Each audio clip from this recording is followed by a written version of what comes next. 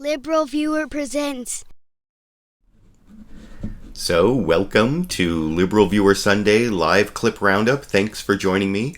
I've picked out about 24 of the weekend's best clips for you tonight, and as usual, they come mostly from the Sunday morning news analysis shows on the big five corporate outlets of ABC, NBC, CBS, CNN, and Fox News, what a lot of people call the corporate media here in the United States. And even though I have no political comedy clips this week from Saturday Night Live or Real Time with Bill Maher, NBC's Meet the Press actually had a discussion of political comedy with some comedians, including Lewis Black, which I'll start with in a minute. As you can see from the topics I listed down in the video description, and if you're watching this as a recorded show, you should see time indexes down there to skip to the topics that interest you. With tonight's topics including the ongoing topic of the tension between police and their communities, especially communities of color, with the funerals of one of the two NYPD officers that was killed a week or so ago. Just yesterday was the funeral, and that got a lot of coverage. Then I'll have a few clips on the comedy I found in the news from last Friday, a Fox News story claiming science increasingly supports belief in God. I'll have a couple clips on this Air Asia airliner that went missing near Malaysia. I'll have an update on marijuana legalization in Colorado, an update on Ebola, and even a couple clips on Hillary Clinton, Elizabeth Warren, and Jeb Bush's possible 2016 presidential campaigns. But first, like I said, Lewis Black was one of three comedians on Meet the Press answering a kind of dumb question from Chuck Todd about whether political satire like The Daily Show is dumbing down politics. And you can see Lewis Black's answer to that question over in this clip. Here. Well, Lewis, I'm going to throw a conversation starter here. When we put this together about a month ago, we first started talking to you guys about this. And this week is a takedown of The Daily Show of sorts, Salon.com. Jon Stewart's expiration date, why liberalism needs to outgrow the snark. But basically, it's built off this idea, and I've heard it from other corners, that the political satire is dumbing down regular politics. So you've read the piece. What do you say to that criticism? That you could say that that we're somehow dumbing down something that has been dumbed down during the course of my life. That we could even be, that it would be possible for us to take it further is beyond belief. Because in a sense, the thing that has struck me about the last 20 years is that we've moved closer and closer to where we're living on the corner where satire and reality intersect. So you can watch. And the question is, why are we there? Because that is sort of, I do agree with you, right? And it's how did we get to this place? I think in part it was, it's in part, you know, social media. It's in part cable, which exploded everything. It's in part the fact that we have, you know, the 4 or 5 24-hour news days, probably 6, 24. It's 24 hours of news a day, 6 days, on 6 different channels. You guys do the nightly news. Everybody does the nightly news. PBS does the nightly. You have all of that pounding away on a consistent basis, and that really broke things open too, because then all of a sudden you watch these people over and over and over again saying the same thing, and eventually, by the third time you hear somebody, initially you're going, "What?" And the third time the politician says something, you're laughing at them. Right.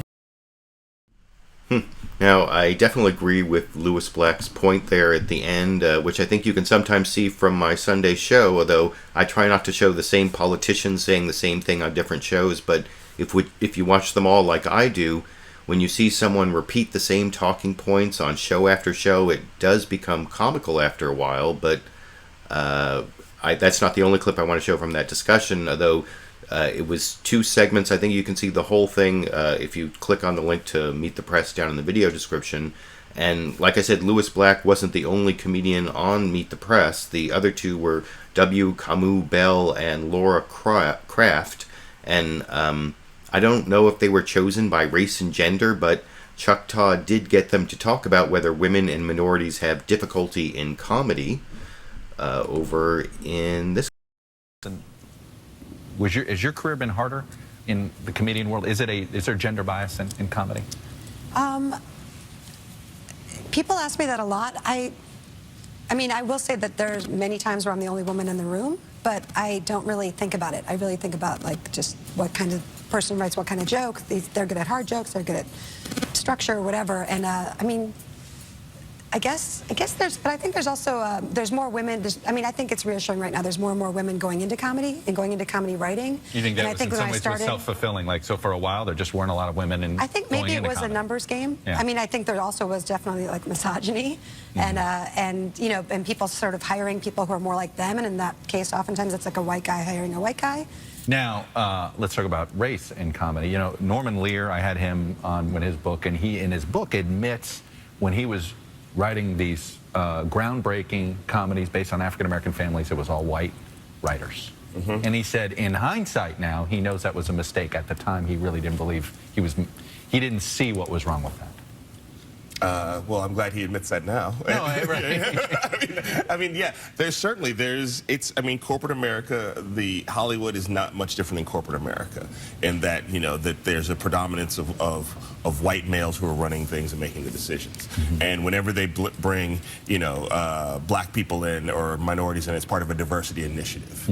And usually diversity initiative ends on the announcement of the diversity initiative. And, you know, I had a TV show on for about a year or so, and that was important to me to get more than one woman in the room, and also races that aren't black people. Turns out there's other races out there that aren't just black people, which I learned recently. And so it was important for me to get different voices in the room so there can be voices that push you out of your comfort zone. Because I feel like that's why comedy starts to feel samey from a lot of these places, is because people are hiring people like them, and they're hiring people they want to hang out with, not people who are actually good comedy writers. Do you think now? I think that's an important point that both Laura Krafft and Kamau Bell made there about this subtler form of discrimination in hiring, because it's people in power hiring people like them, not because of overt racism, but because they hire people like themselves who they're comfortable with. And that's especially problematic in comedy because comedy serves a really special function that Lewis Black and Kamau Bell both talked about. Kamau Bell called it barking, which I'll talk about after I show the clip. And this is, I think, really the best clip from the discussion. It starts when Lewis Black responded to Chuck Todd's question about whether political comedy is responsible for people being cynical about politics over in this clip. That individual person. Should you guys be held responsible if people are cynical and think all government's broken? Because that's the other premise of this initial article. No. That started way before this.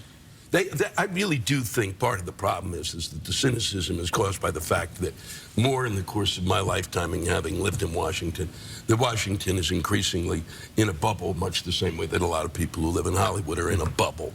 When I started going on the road 25 years ago, and I was told, well, you're too angry, they're not going to get it.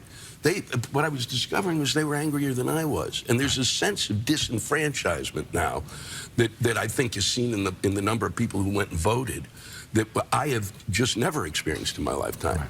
And I've watched you and everybody else, where somebody comes on, and I don't know how you do it because I don't know how you do it. I'd be barking at them because I'll sit there and go, and you sit there. We all sit there because we all know the first time we bark, it's the last time we do the show. There's something sometimes where it's the last time you're ever, all of a sudden, nobody will come on your show, right? There is that balance sometimes. And the thing that comedy gets to do that Stewart you get to do some stuff that we don't. Yeah, comedy gets to bark, and I think that. But the weird thing is that Fox News also gets to bark, and I think sometimes the left, you know, the left-leaning media is afraid of barking. And so the comic, you see this in a lot of left-wing media. They will play a clip of The Daily Show, or they will play a clip of John Oliver and go, "Look at this guy barking." Anyway, back to a reasonable discussion. Even though I know that's what I want you to believe, let me have the reasonable discussion. I want to put a pause here. I want to. And I like the points both that Lewis Black made there and Kamau Bell. And there's sort of an interesting admission in the middle there from Chuck Todd that he can't bark too much at his guests or be too confrontational with them because then he might not have a show or might not have the guests back. And I think that's kind of a problem with the corporate media. And actually, the last clip I want to show from that discussion, Kamau Bell made the point more explicitly about how these news shows often have a corporate bias to them and feel like you're getting the corporate opinion and not a genuine opinion. And this is just a really quick clip I want to show on that point here. When people watch Jon Stewart or John Oliver, they feel like they're at least getting that person's perspective. But I don't think people believe with the news. I think they feel like they're you know, you're getting a corporation's perspective. You're not getting that individual person's. Should you guys be held? And that's definitely true. That's why I've been showing these clips from the corporate media and pointing out their corporate nature. And there was actually one clip from ABC's This Week with George Stephanopoulos this morning that really pointed that out to me. I don't have many clips from This Week or from Fox News Sunday, because both those shows did sort of like year in review shows where most of it was like rehashed clips from earlier in the year and pundits talking about the year in review and what's coming up, and that's the kind of stuff I don't really cover that much. And one of the stories was about soccer and this soccer star from the World Cup.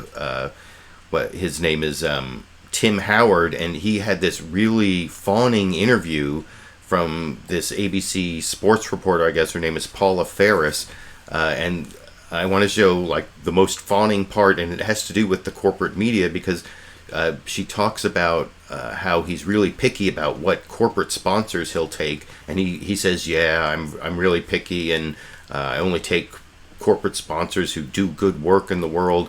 And he doesn't mention any of his corporate sponsors, but the ABC interview, this must be the producer of the piece, decides to put up a whole bunch of corporate logos, including some that I don't think are such great corporate citizens, like McDonald's and Nike, and but there's no like follow-up or hard-hitting interview. It's really just completely fawning. It's almost like she's looking to get a date with the guy, which I hate to say, that's kind of a sexist thing to say, except wait till you see how I end the clip, or what she asks at the end of the clip I take from that interview here. Fans in America. In terms of advertisers, how many now?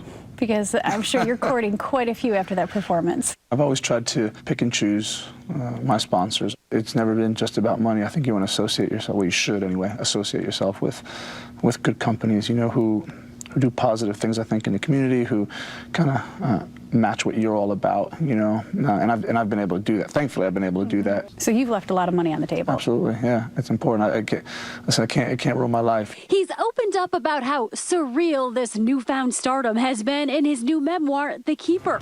But for all the fame and fortune... You gave an interview one time with Athletes in Action. You said, I'm blessed to be living a dream, yet if it all went away tomorrow, I know I would still have peace. Mm-hmm. How do you have that peace? Through my faith, through my relationship with Jesus Christ. Soccer's awesome. It's a gift, but it's also a job. And I think people soon forget that. To be out there every day and to stay relatively injury-free is a blessing, and one day that will come to an end, whether it's today or 4 years from now, I'll have peace with it. So all the ladies will want to know, are you single? Yes, I'm very much single. What are you looking for in a significant other? You know what? Right now, I'm probably not. I'm focused on work. That's been an undying passion for me. My children. So as you can see, it wasn't that much of a leap for me to say maybe she's looking to get a date with the guy. Actually, I don't know anything about that reporter Paula Ferris and her personal situation or sexual orientation or anything about her. So I don't want to jump to that conclusion. But the first part, the fawning interview with the producer adding in all those corporate sponsor logos, that didn't seem right to me. That seemed like a definite example of what Kamau Bell was talking about, getting a corporate perspective from the corporate media rather than a genuine perspective. So you can let me know what you think about that in the comment section. And I want to move on to the one story that's kind of a continuing story, or I guess you could say the presidential election 2016's been a story I've covered several times, but this is the ongoing unrest and protests and controversy over relations between police and communities of color, and the killing of Michael Brown in Ferguson, Missouri, and Eric Garner in Staten Island, New York, and then 2 police officers who were killed before my show last week. And there was this funeral, and anyway, I'm going to show several clips on the whole issue, and first starting with sort of a backgrounder from Chuck Todd on Meet the Press, where he goes all the way back to the low point apparently being the beating of Rodney King in Los Angeles that was caught on videotape. I actually lived in Los Angeles at that time, and maybe I'll talk about that a little more, probably not, but I'll talk about this clip after I show it to you over here. In 1992, perhaps the lowest point in recent memory, the brutal beating of unarmed black man Rodney King by 4 LAPD officers while 17 of their colleagues stood by. The 4 white officers were acquitted, igniting a storm of anger that tore apart Los Angeles and the nation. In 2001, unarmed black man Timothy Thomas was shot and killed by a white Cincinnati police officer. The incident sparked that city's worst racial unrest in 30 years. The officer charged with negligent homicide, but ultimately acquitted. In 2008, a majority of the country came together to elect the first black man as president, and he appointed the first African-American attorney general, the nation's top law enforcement officer. What do we want? Justice! But any hopes of restoring trust between black America and the legal system has faded. In 2012, the Trayvon Martin case left African Americans feeling the justice system wasn't up to the task again. And this year, more lows. Michael Brown in Ferguson, Tamir Rice in Cleveland, Eric Garner in New York City. Unarmed black males killed by white police officers. Then last week, 2 NYPD officers assassinated in their police cruiser by a black man who called it revenge. A national funeral memorializing the fallen men in blue. I believe that this great police force in this incredibly diverse city can and will show the nation how to bridge any divide. You've done it before, and you will do it again. Police officers are called peace officers because that's what they do. They keep the peace. They help make a place that otherwise would be torn with strife a place of peace. Well, Now, apparently, that last speaker was Mayor of New York, Bill de Blasio, and apparently a bunch of NYPD officers turned their back on him when he was speaking again, and I'm going to talk about that again in a minute, but I want to first show a clip. Well, I'm going to show 4 clips, I think, from Commissioner of the NYPD, William Bratton, who was on both Meet the Press and also on CBS's Face the Nation. And he answered a couple questions about the NYPD officers who turned their back on Bill de Blasio. But first he talked about what he meant by common ground in his speech at the funeral. And so first I'll play that clip from NBC's Meet the Press over here. Common ground, there was a wonderful book by Peter Lucas that talked about the school desegregation and housing desegregation crises in Boston that tore that city apart during my formative stages as a police officer, sergeant, and superintendent of the Boston Police Department. And it was how that city ultimately came back together again after that incredibly violent decade.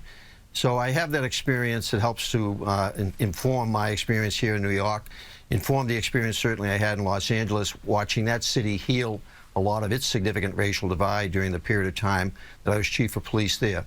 The common ground here is really to, one, as we've been doing in New York, deal with the demonstrations in a way that they don't turn into police riots, if you will, to allow some breathing room in the sense of allowing people to demonstrate, to vent, right.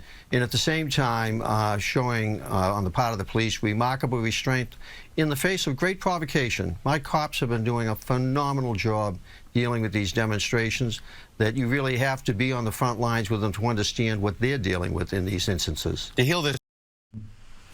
And so Chuck Todd also asked Commissioner William Bratton about that specific incident that I was mentioning where cops turned their back on the mayor, Bill de Blasio, mayor of New York, when he was speaking at the funeral. And you can see, here's how, over on Meet the Press, how William Bratton answered that question.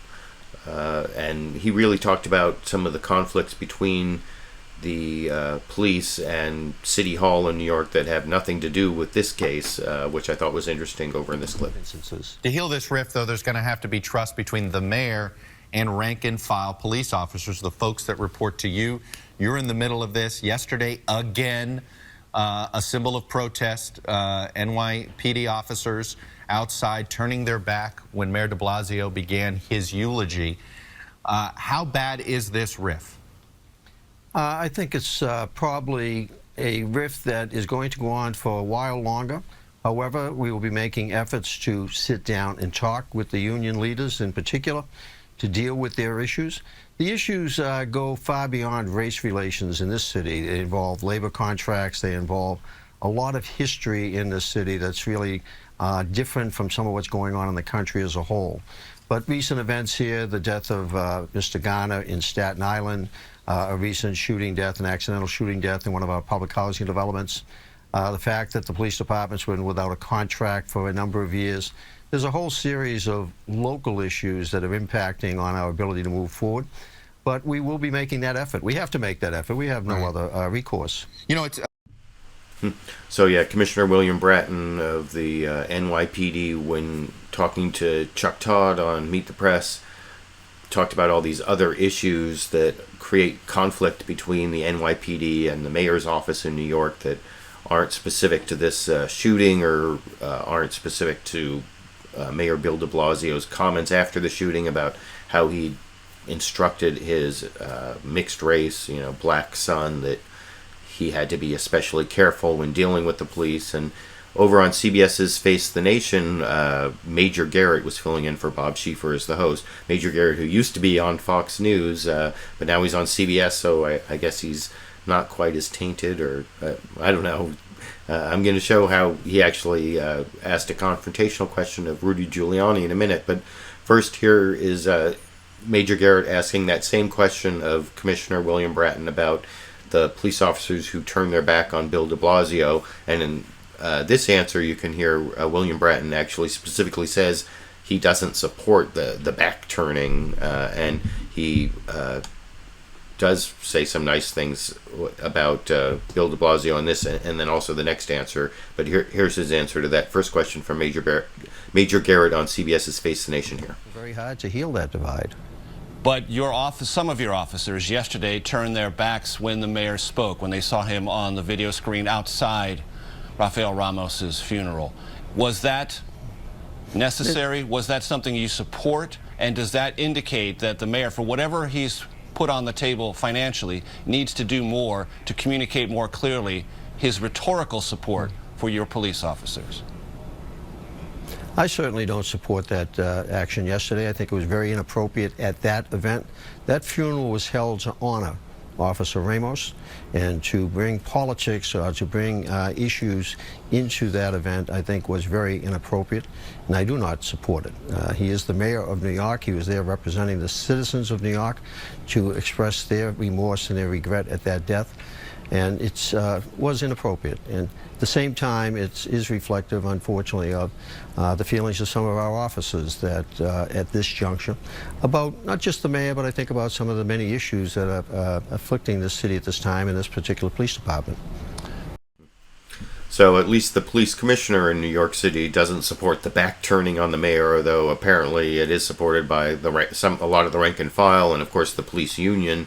That whole thing I showed last week with Patrick Lynch from the Police Officers Benevolent Association, who put blood on the steps of the city hall going all the way to the mayor's office or whatever, and that's not true of the police commissioner, who of course has to work with the mayor. And here you can see William Bratton, the police commissioner, actually saying positive things about Bill de Blasio and saying that he's actually supportive of police over in this clip. Personally against them also. Do you think Mayor de Blasio should do more and should have done more to deal with what you just referred to as invective directed at your officers? I spent a lot of time with this mayor, and Mayor de Blasio is totally supportive of his personnel, this department. I've received hundreds of millions of additional dollars outside the budget this year, a lot of it focused on officer safety enhancements, additional training, additional equipment, additional technology.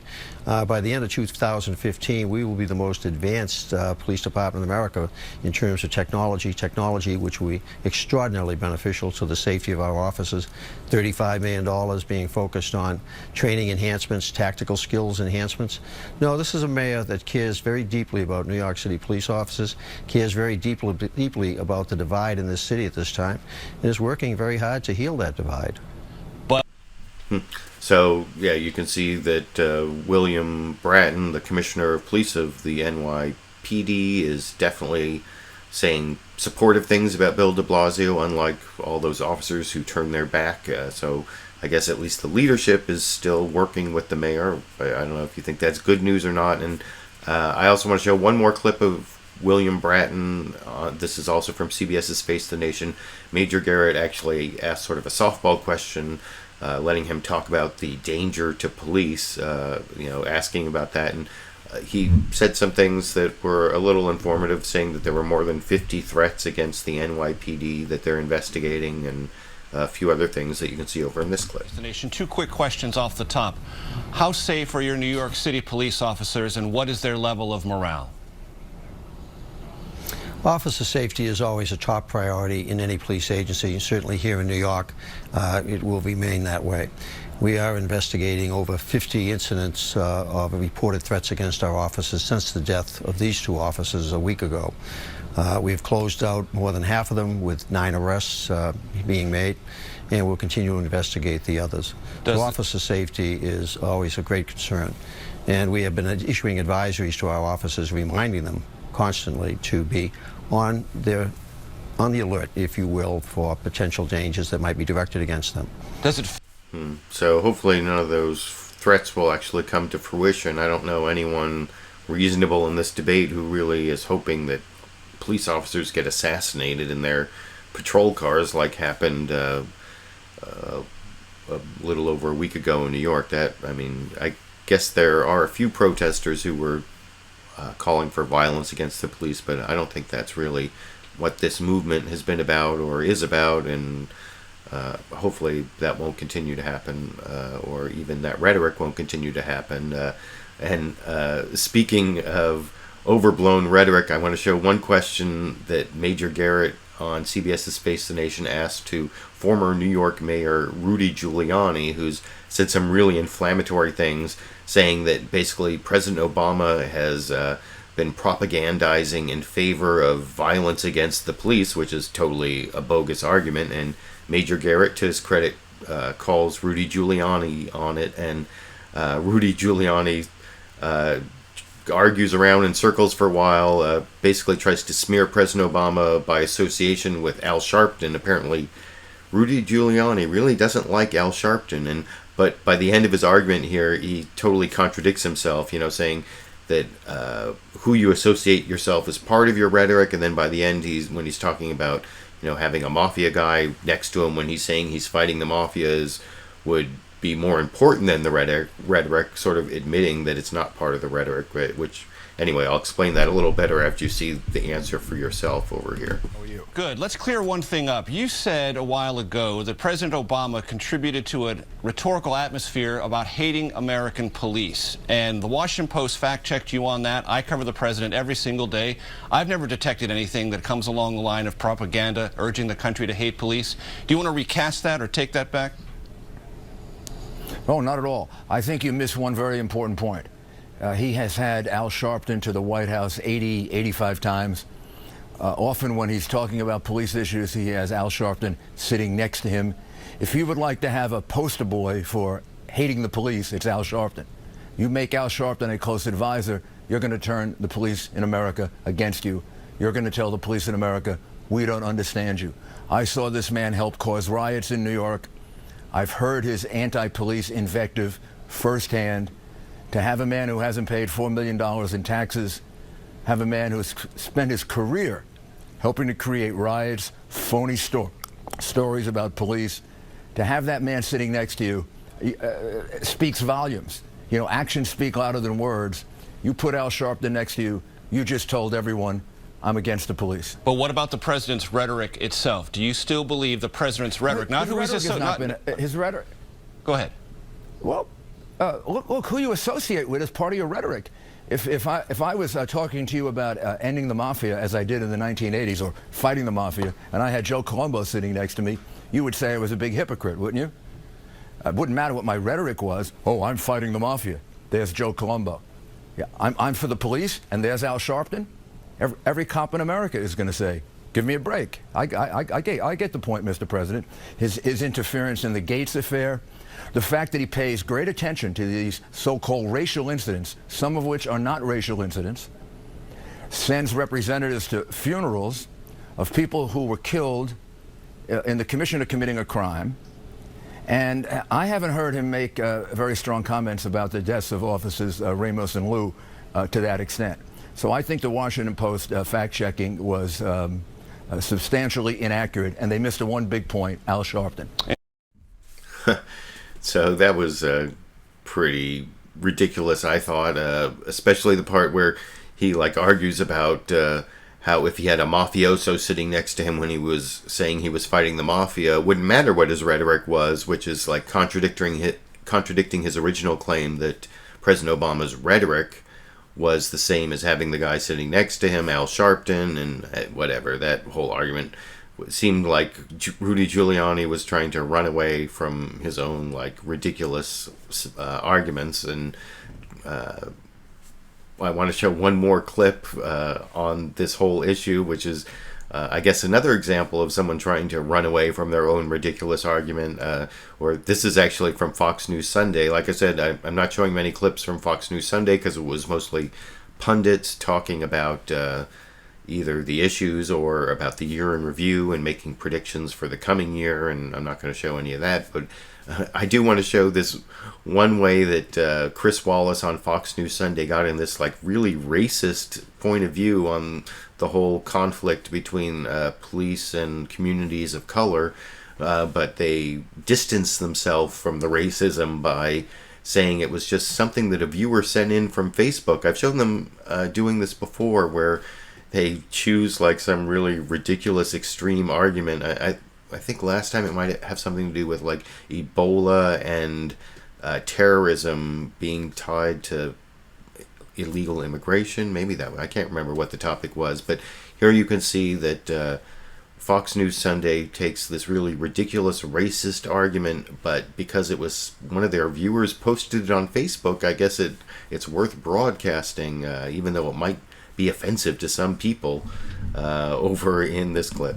We asked you for questions for the panel, and we got this on Facebook from Tammy Korol, who wrote, "Why is it all we ever get told is that the police community must be retrained to learn how to deal with black communities, but no one has ever introduced the concept of the black community being retrained to be law-abiding, productive, respectful citizens?" Susan, that's pretty tough talk, but to get back, and I'm sure some people will be offended by it, but it is the view of a lot of people. And to get back to what Jason said, the biggest threat to young black men doesn't come from the cops. It comes from other young black men. Yeah, well, that's undeniably. And the guy Jason he's referring to there is this black conservative who they had on the panel, so that justifies this racist comment from their viewer, because it is also justified by something this conservative black Republican said earlier about how black on black crime is the real problem, not even realizing or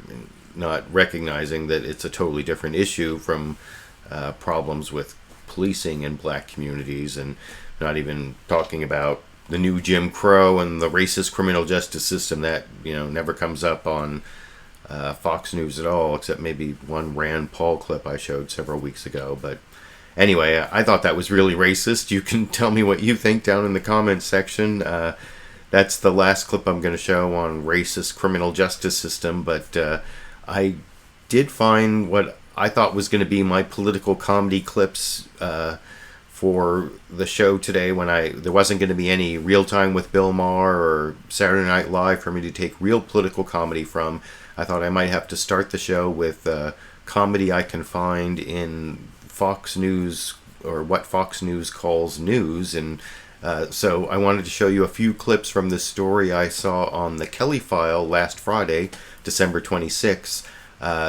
It's not actually Megyn Kelly who's the host of the Kelly File. This is Shannon Bream, who was filling in, talking to this guy Eric Metaxas, who had written an editorial in the Wall Street Journal, which is owned by the parent company of Fox News, and he also has this book on miracles. I didn't have time to check, but somehow I suspect also published by some Fox News or News Corp subsidiary or something owned by Rupert Murdoch. Nowhere in this story do they ever mention that the Wall Street Journal is also owned by News Corp, but they use it to promote the idea that science is increasingly telling us that God exists. But none of the arguments are really valid arguments, as I'll explain after I show the 3 clips or in between the clips. But here's the first one with the introduction from Shannon Bream on the Kelly file last Friday here. A surprising new theory seems to connect the existence of God and science, as our continued search for life on other planets brings the scientific community closer and closer to the conclusion that our universe was, in fact, created by something other than just a Big Bang. Eric Metaxas is author of Miracles, What They Are, Why They Happen, and How They Can Change Your Life. All right, Eric, you have a great piece in the Wall Street Journal about this, but there are a lot of people out there who say you can't mix science and religion. They can't coexist. Well, it's not really mixing science and religion. It's sort of following what does science lead us to believe, right? Science can only comment on what is inside the universe, what the Big Bang created. Science can't really tell us what happened before the Big Bang. Science has limits. But the more we know about science, and this is literally in the last 30 years, the more we're led to believe, and I mean this is straight up, we're led to believe that there is no way that everything could have just happened. And when I say that, the odds against it are so astronomical that it becomes hilarious. So if anybody's looking for good news at this time of year with all the bad news around us, the good news is science is leading us clearly to believe that we never just got here, that couldn't have happened. Now notice how he uses the word clearly to stand in for any actual evidence, and I've put a link down to the Wall Street Journal article, and it's actually to the Google search, because if you look at the top result from that Google search and click on it, you can read the entire article for free without having to sign up for the Wall Street Journal. Otherwise you'll have to, if I were to put a link directly to the article, it would ask you to pay. But if you do it through the Google search, you can read the whole article, and the article is bogus, and he tries to make the arguments again, starting in response to a very softball question, of course, from Shannon Bream over in this clip. Well, why do you think for decades, in some cases in centuries, people have said that science, there is proof, whether it's in the fossil record or other evolutionary theories, that there was nothing and then suddenly there was something? And for years they've said that's the dominant theory, it's the only one that makes sense. Why is that changing? Well, I mean, there's a lot that's changing. First of all, the more science we know, the more we know how difficult it is, for example, for the universe to exist, not just for life to exist. So in one chapter in the book, I talk about how difficult it is for life to exist. But in another chapter, I talk about how the more the cosmologists and the physicists know about what happened at the Big Bang, the more those of them who are atheists are having their atheism shaken by what they see. It doesn't mean that they believe in God, but they know that, you know, the atheistic view that we just got here by random forces, it just doesn't make logical sense. So they're looking for alternative explanations, and I think we probably got a pretty simple explanation right in front of us. Yeah, well, God is a simple explanation. I'll have to give him that. But if you go over and you read this Wall Street Journal article I was talking about, Science Increasingly Makes the Case for God, by this guy, Eric Metaxas, I mean, the arguments just don't really make that much sense. He talks about, you know, how the factors needed for a planet to be habitable, there aren't just like a few, there are like 60 different factors, and it becomes less and less likely that these planets exist. And I started looking for articles, and I still see that there are all these supposedly habitable planets that exist in our universe. I mean, the big flaw in his argument is that just because something is unlikely to happen in an infinite universe, things that are unlikely to happen are going to eventually happen. That's the thing, that the universe is so vast that unlikely events are going to occur in lots and lots of places because there are so many places. That's the point he seems to be missing. And the other point, he talks about like the cosmological constants, like the ratio between different forces in the universe being necessary. If they were off by just a little bit, then the universe couldn't even exist. And that's sort of this new version of this old argument that life can't exist except under these very special circumstances, and because it's so unlikely, that means there must have been some intelligent design or God involved. But the thing is, most of the universe is empty of life. It's only in these few rare places like the Earth, apparently. I mean, as so far as we know, that life exists, and that that just means that it only exists in these far apart places. And then the whole thing about the cosmological constants, I actually addressed that in a video I made a while back called Stephen Colbert versus Stephen Hawking's Atheism, which that's one of my misunderstood videos, where people think that I don't understand that Stephen Colbert was playing a satirical conservative pundit, even though I say that in like the first 5 seconds of the video and refer to it several times during the video. But if you watch that video, I point out that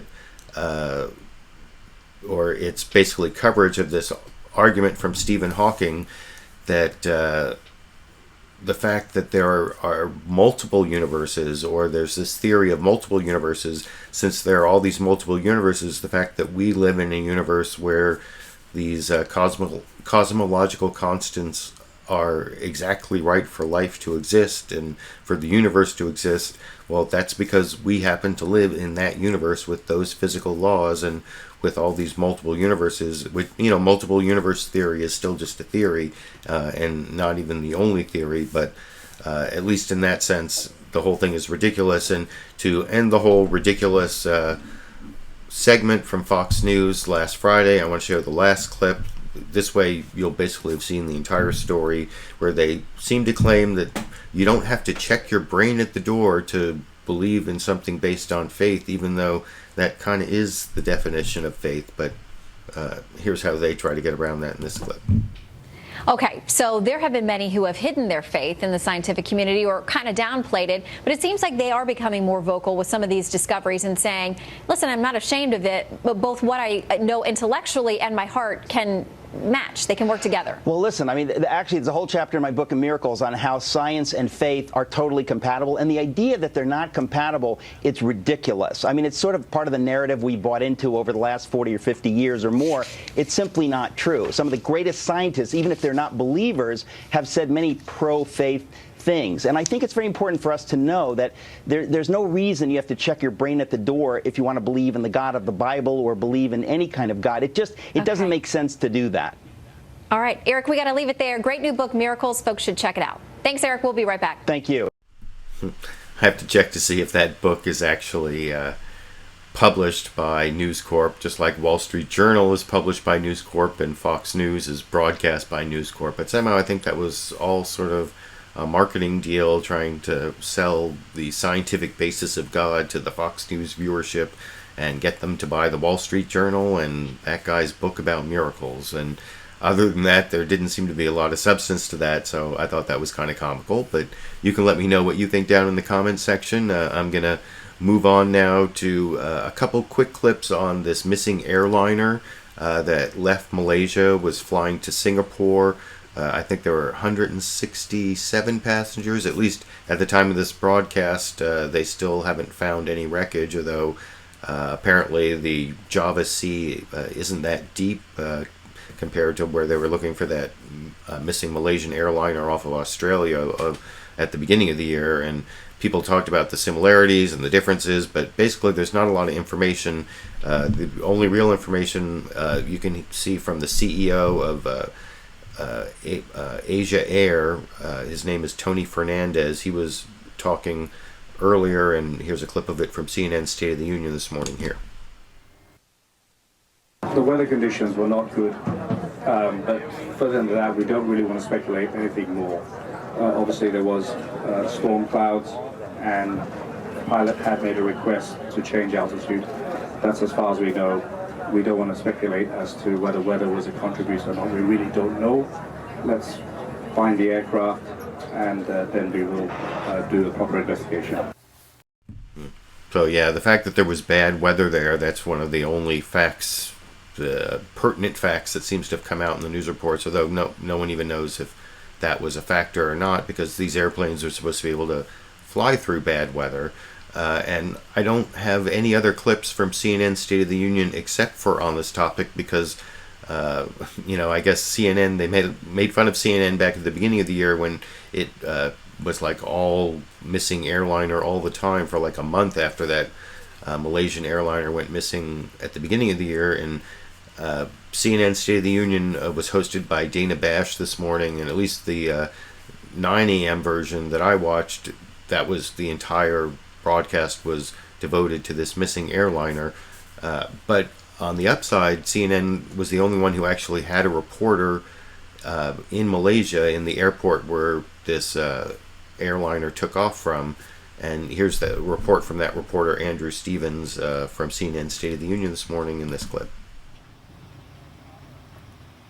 Well, it's just heading towards 1 o'clock in the morning, and there hasn't been any new information coming out from the airport, but we have heard from the Vice President of Indonesia in the last couple of hours, Donna, and he was saying that this does now look, in his words, like an accident, a tragic accident, and that the search, when it resumes tomorrow at first light, will be joined by 3 ships from Malaysia and a plane from Singapore, including, of course, the Indonesian assets that are either on station or are making their way now to start looking for what more and more people are saying, that they're expecting to see wreckage somewhere roughly halfway between here and Singapore. But such sad, heart-rending scenes here in the last 30 minutes or so, Donna. We just saw 2 teenage girls being chaperoned in by representatives from their school. Now, they'd flown down from Singapore. They'd been waiting at Singapore airport for their parents. These girls are friends. They're not related, so both sets of parents were on that plane. And those girls were waiting at Singapore. Obviously, the plane didn't arrive. They've flown down here to the Surabaya airport to try to get more information. They've just been speaking to airport officials here with their teachers, and they've gone. They didn't want to speak to us, but you can just imagine what's going through those poor girls' minds at the moment. I'm so glad that CNN didn't get to speak to those teenage girls. That would have been awful to have them on the news while they're waiting for their missing parents' airplane to be found, most likely as wreckage somewhere in the Java Sea. So as of this broadcast, like I said, they're still looking for the airplane, but based on the news reports and lots of speculation I've seen about the Java Sea being only 150 feet deep, and they were just waiting for daylight, which has only been going on a couple hours at the time I'm broadcasting now. It seems like the most likely outcome is that they'll find something during the daylight hours during this first day of the search, but I guess that's also speculation, and who knows what will happen. But you'll probably know if you're watching this as a recorded show. I want to move on to one clip. This is from ABC's This Week with George Stephanopoulos. Like I said, it was almost entirely a review show, and so I only have a couple clips. This is one where they reviewed marijuana legalization, especially in Colorado. It's basically a year ago that marijuana started being legal for recreational use, and they started with how much money the federal government is spending on the drug war, and then they ended with some, in the middle there's some interesting statistics about how Colorado hasn't been the calamity. There hasn't been, chaos or whatever. It's almost ridiculous what they thought might happen. And then you can see very weak arguments from the people who still are opposing the marijuana legalization in Colorado, all from ABC's This Week, from reporter David Wright over in this clip. By the time Obama took office, the drug enforcement budget had doubled again, more than $15 billion a year. So the idea that marijuana has now in Colorado for a full year with no major disasters is a big development. I didn't support the initiative, but you can't argue with the will of the voters. Colorado officials have been true to their word, embracing the challenge of implementing a policy many of them disagreed with. So let's be smart about how we handle it. Let's legalize it, tax it, and let's make sure that people are held responsible for the responsible use of it. 1 year in, violent crime rates are down. Teen marijuana rates have actually dropped. Highway fatalities are at record lows, and Colorado Sean, your total is $59.74. has the fastest growing economy in the country. What have the tax revenues been like in Colorado? It's been more than has been expected. It's going to add up clearly to hundreds of millions of dollars very quickly per year. To be sure, not everyone is a believer. Today's marijuana is not your Woodstock weed of the 60s. It's 5 to 6 times greater in strength and potency. So what you have actually is a disconnect with parents that might have smoked it a couple of times through college and turned out fine, and today's marijuana, which is much stronger than it used to be. Stronger? Now that seemed like a kind of ridiculous argument, although I did cut the clip there before they went to a psychiatrist who actually talked about how marijuana may have negative effects on developing brains all the way through people's 20s, and talking about how legalization will give people more access, which I think is not really true. But that last argument about marijuana being stronger, that doesn't really make much sense, because stronger marijuana just means people need to smoke less of it. That's actually a health benefit, because the smoking aspect for people who actually smoke it, rather than you eat it in edibles or vaporizers or all sorts of ways that, if you look into it, they're, based on the civil liberties work I've done for medical marijuana here in California, and worked with drug reform. I know that there are all sorts of ways that people ingest marijuana that doesn't have the negative effects of smoking, and the fact that it's stronger actually decreases those negative effects. And you saw that those statistics about how there hasn't been this big calamity that people expected, or I guess ABC News expected. I'm not exactly sure where that came from, but I want to move on to another topic about a big calamity that didn't really happen, or at least certainly didn't happen in the United States. Is still sort of ongoing in West Africa, although not as bad as some of the worst forecasts that I talked about on LiberalViewer Sunday Live Clip Roundup in the last couple months, talking about Ebola. That's what I'm talking about. And I want to show a few clips from CBS's Face the Nation. Major Garrett had on Ron Klain, who was the person, the Ebola czar, that the Obama administration brought in when there were all these problems after the first cases in Dallas. And I guess they've actually gotten a lot of it under control. And well, first here's the introductory, just less than 30 seconds from Major Garrett talking about some of the numbers having to do with Ebola, both in the United States, where there aren't any cases, and then also in Africa, how where it hasn't gotten as bad as some people predicted over in this clip.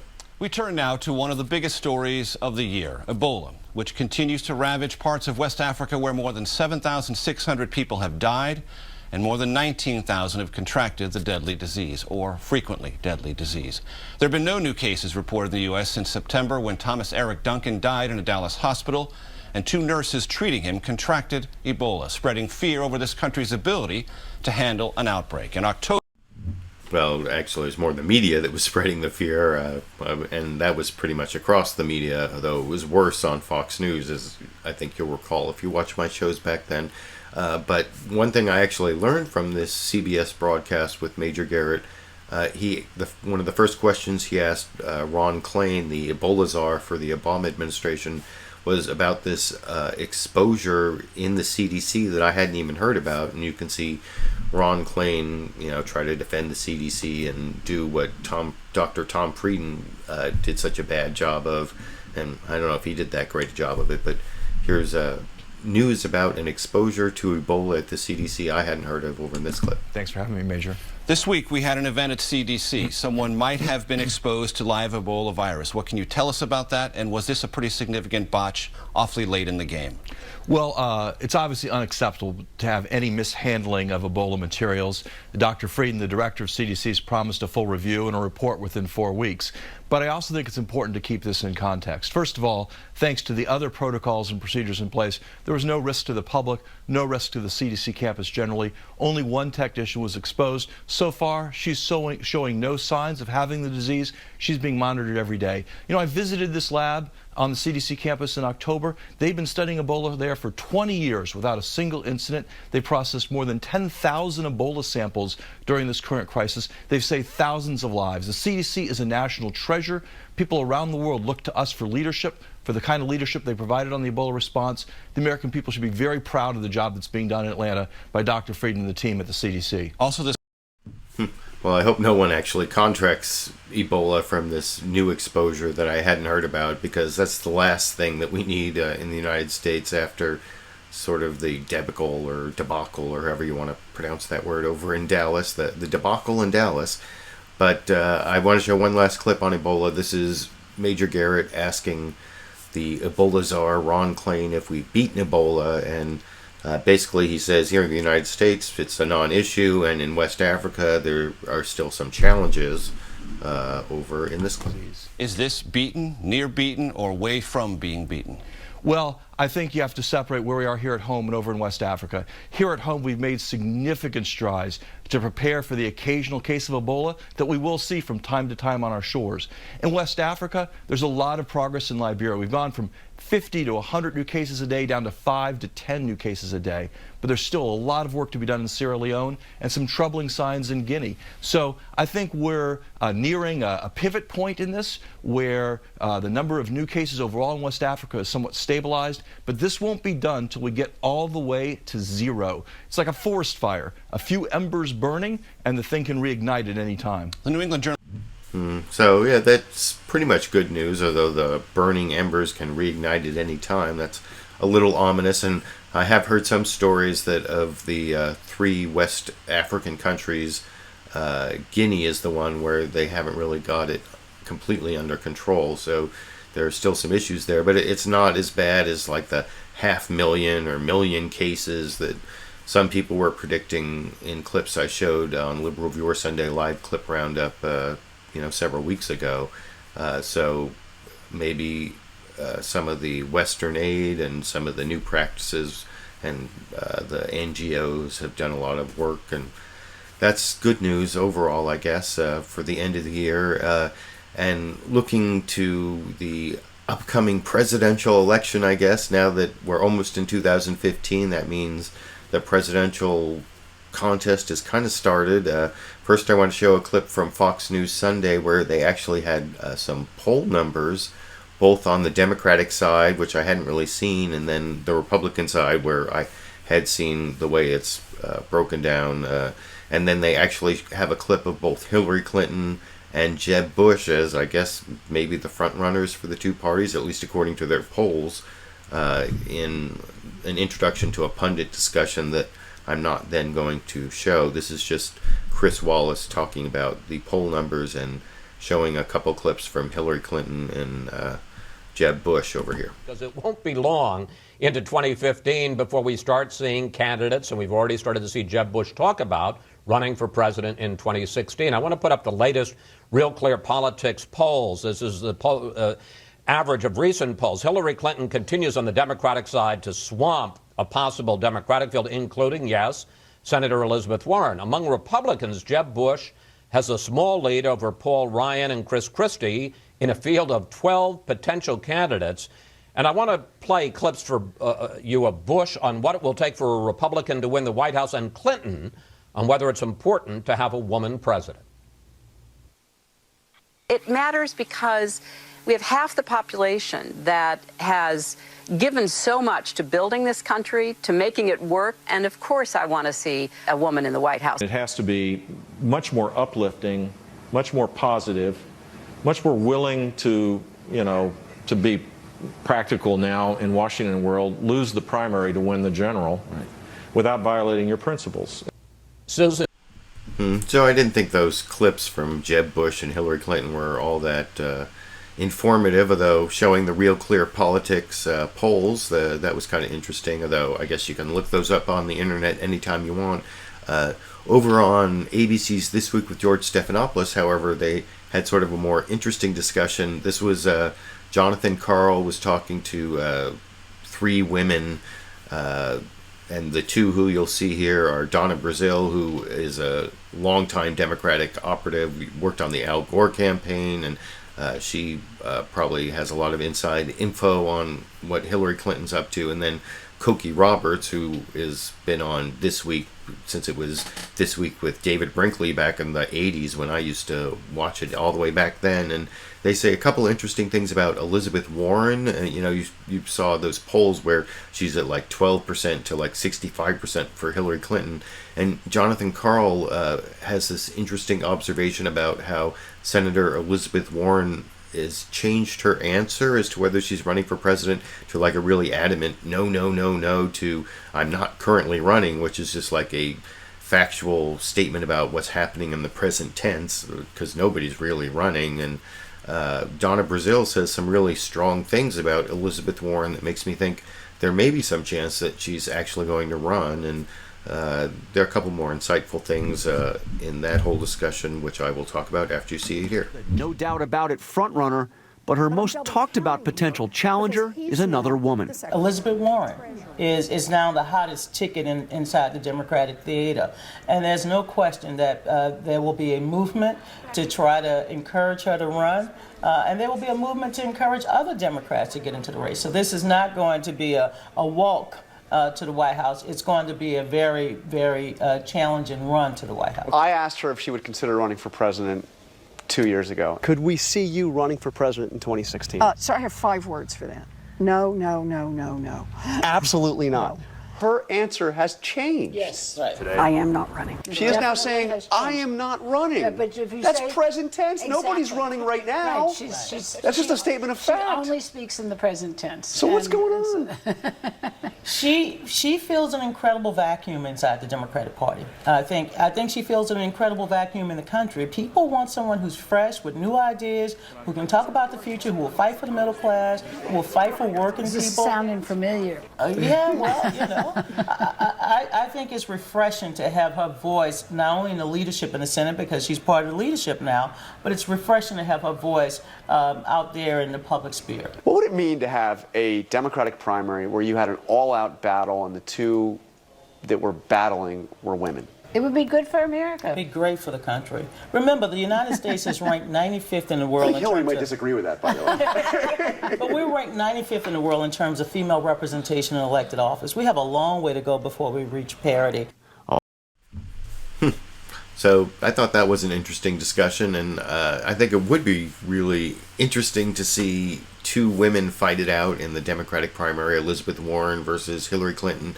Up till now, I've been saying that I didn't think Elizabeth Warren was going to run, and that the conventional wisdom is Hillary Clinton is the front runner, and that she is going to take the nomination with very little opposition. But I don't know, it would be an interesting contest. I don't know, you can let me know what you think down in the comment section. And actually I only have one more clip I want to show for you tonight. This is from CBS's Face the Nation, where they did this long review of the 60 years that Face the Nation, since this was their 60th anniversary this year, and they showed several former presidents.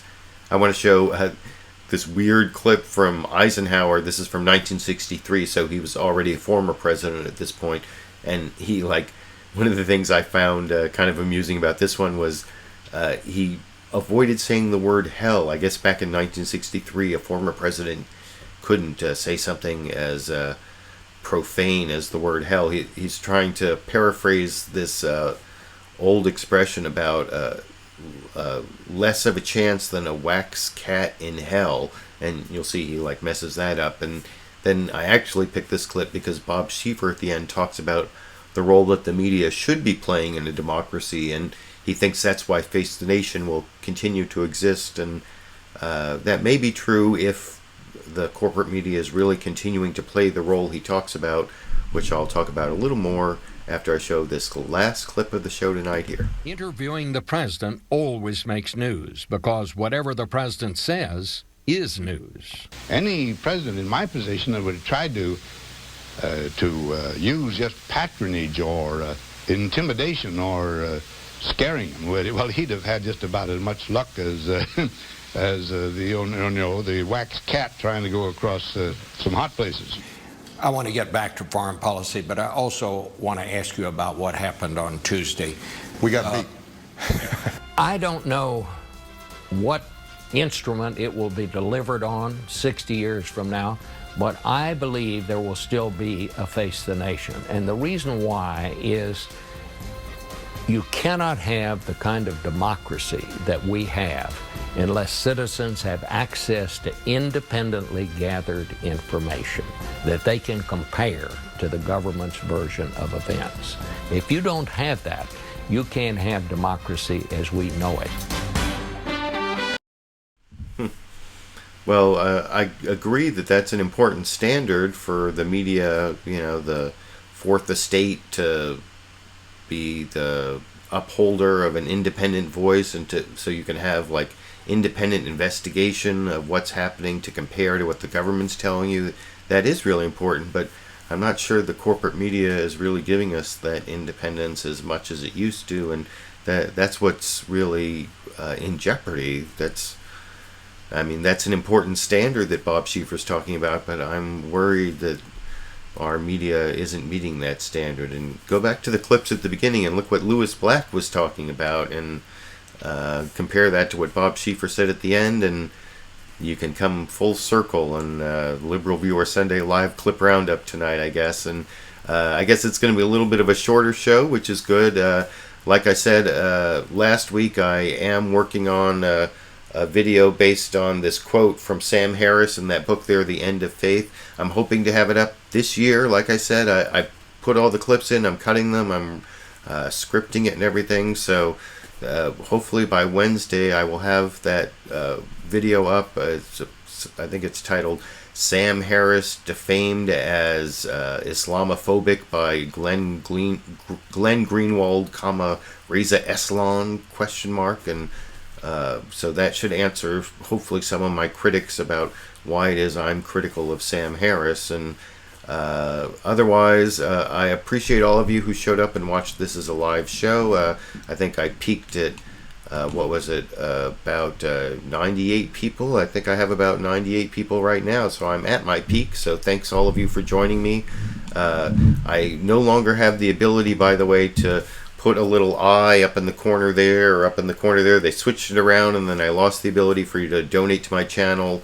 If you want to donate through the YouTube system, you can go to my channel page, youtube.com/liberalviewer, and there's a support Liberal Viewer link there if you're living in 4 countries. And there are all these restrictions, so people have suggested I start putting a Patreon link down there, and I haven't signed up for Patreon, but I'm definitely considering that. You can let me know if you think that's a good idea for people to like pledge monthly to support my channel, just because I want to be able to keep doing this through the 2016 election at least, and give you this weekly show, and maybe do some more of my edited produced videos like the one I'm planning on the Sam Harris End of Faith. And hopefully that's what's going to be coming up in 2015 for Liberal Viewer channel. But one thing I can promise you is I'll be doing this show every Sunday at 6:30 p.m. Pacific for the foreseeable future. And if you come and join me sometime right around that time the show starts, and